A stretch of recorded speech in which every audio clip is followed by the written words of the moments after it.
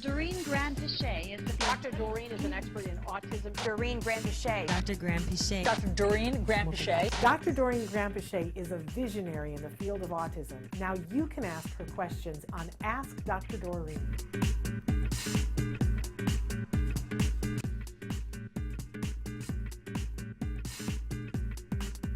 Dark Angel said, my son has HPHPA bacteria, and my family doctor and his pediatrician refused to prescribe antibiotic.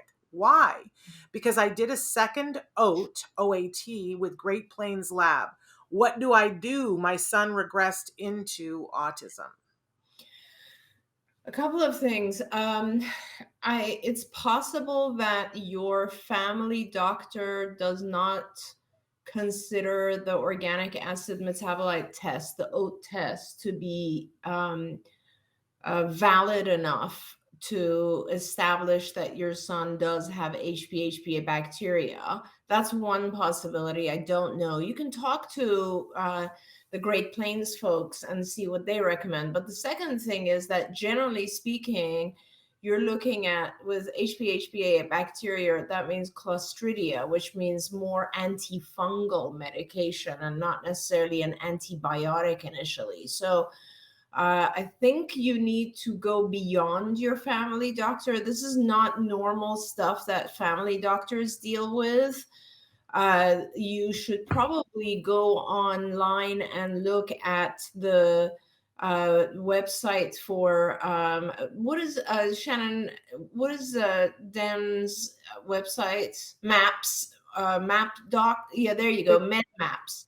www.medmaps.org. Dan Rosignol is one of the doctors, and he started that organization, and that's where all of the physicians who are kind of trained on this side of dealing with issues that are very relevant to our kids, but a lot of family physicians are not really educated in this area.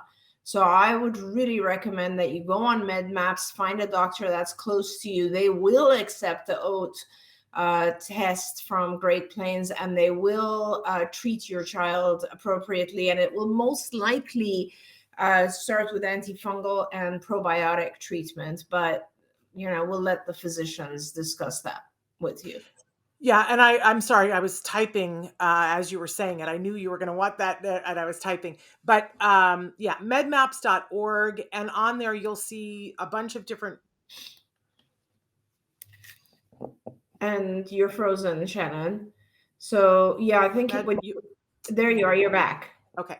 It used to be so hard because you might find the MedMap you wanted.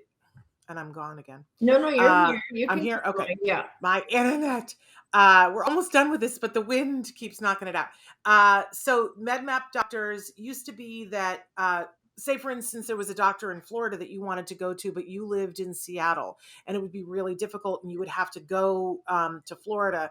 But one of the things that the pandemic was the ability to do a lot of telehealth medicine from different states. True. So there's more of an right now. If you went to do MedMaps before and couldn't do it, there's more of an opportunity. More and more of the doctors are doing telemedicine, where you have a practitioner near you that they sort of pair up with, whether it's your pediatrician or your naturopath or whoever. So make sure that you talk to them about the possibility of that, because it's more affordable now than it ever was, because before you had to do all the traveling as well. So and just to kind of let you know, when they do prescribe for you, when the physician prescribes, and it might be a certain type of antibiotic that deals with Clostridia, it's not the typical antibiotic. The typical antibiotic that your child may have been exposed to for throat or other issues is going to make things worse.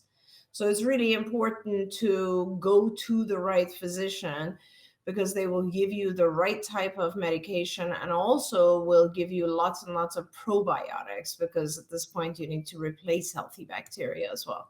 And yes, it is possible to treat this. Absolutely. It takes a little bit of time. It's not like a 10-day course. It's more like a 6-month thing.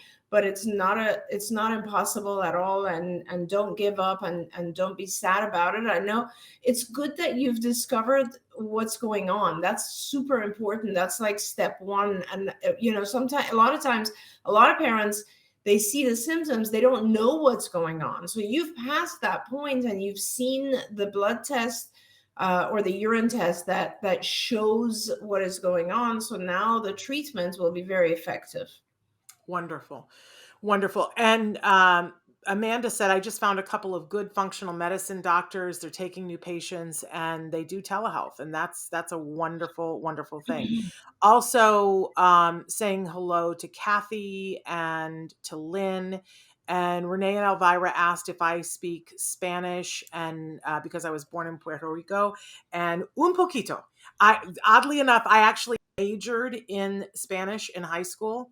And then I took some more Spanish classes in college, and then I needed to go to a country where they only spoke Spanish for 6 months to solidify it. And I did not do that. So I know just enough Spanish. I can hear and understand it, and I can read it fairly well, but to speak it, I'm hopeless anymore, which is sad. But enough that I can get in trouble. That's How old were you? How old were you when you left Puerto Rico? I was less than 2. I Yeah. was like a year and a half. So I wasn't at a point where it was going to sink in that way. But I spent a lot of time studying the language because I felt that it was important to know. But anyway, the teaching lady says, we saw an integrative pediatrician who helped our little guy clean up bacteria. He is now talking more than ever before. Love, love, love that.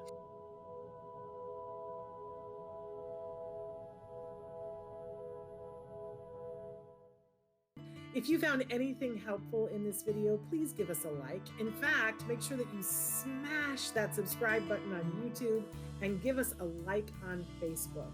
You can also follow us on Twitter and Instagram for important updates. And please download our free podcast wherever you get your podcasts. See you next time. Until then, give your kiddos a hug from me and one for you too. Bye-bye for now. To subscribe, click here. And if you'd like to check out some more of our videos, click here.